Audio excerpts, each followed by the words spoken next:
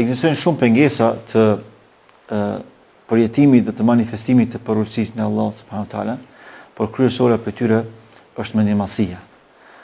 Ajo e cila u veprua si ligësi e para në qiell nga iblisi i mallkuar. Allahu tregon qartë në Kur'an duke thënë aba wastakbara wa kana min al-kafirin. Ai kundërshtoi dhe u bë mendje madh dhe përfundoi prej mohuesve apo prej jo besimtarëve. Pra, mendjemasia është shkaku kryesor i mos përjetimit dhe i mos manifestimit të duhur të përurësisë ndaj Allahut subhanahu wa taala. Nëse është diçka që mund ta rrezikojë raportin ton me Allahun në mënyrë të drejtë për drejtë, është mendjemasia. Ne duhet kemi shumë kujdes, sepse mendjemasia është diçka e fshehtë. Mendjemasia është diçka shumë e rrezikshme. Pejgamberi Allahut sallallahu alaihi wasallam e ka definuar qartazi mendjemasin duke thënë ajo është batarul haq wa ghamtul nas. Mendjemasia përbëhet nga dy komponente kryesore. E para është mohimi të vërtetës së qartë, e dyta është përqeshja e njerëzve. Jo detyrimisht duhet të jesh mendje madh që ti kesh të dyja. Një herësh. Mund ta kesh njërin prej tyre, por që ti jesh mendje madh, pa e vërejtur fare.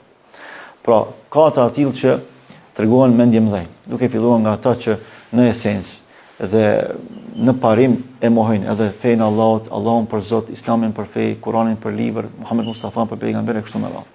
Por ka edhe mendjemasi brenda llojit, brenda Islamit, brenda muslimanëve. Kur ndodh kjo atëherë kur u paraqiten argumentet e qarta, kuranore dhe pejgamberike, ndërkësh ai e përparësi mendjes së tij, i e përparësi vizionit të tij, i e përparësi apo e konteston diçka që është konkrete dhe decisive nga Allahu, duke menduar se ky ka të drejtë në atë që thotë.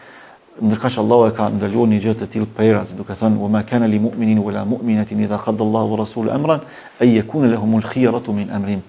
Nuk i lejohet një besimtare dhe një besimtare që për gjërat që Allahu ka caktuar, ka vendosur, halali është ky, harami është ky, por janë të qarta që ata ti kontestojnë ato, sjellin mendimet tyre. Unë po mendoj.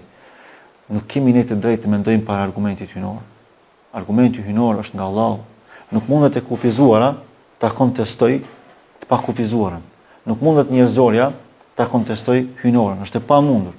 Shpallja Allahut mbetet argumenti i përhershëm, dhe është baza çdo gjëje. Ne mund të flasim për gjëra që nuk kemi argumente decisive.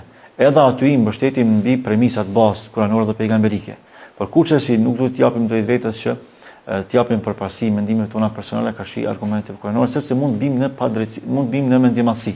Në anën tjetër ka ata tillë që argumentet i pranojnë, janë të nënshtruar në argumenteve të Allahut, por e kanë dobësinë dhe sëmundjen e përqeshjes së njerëzve.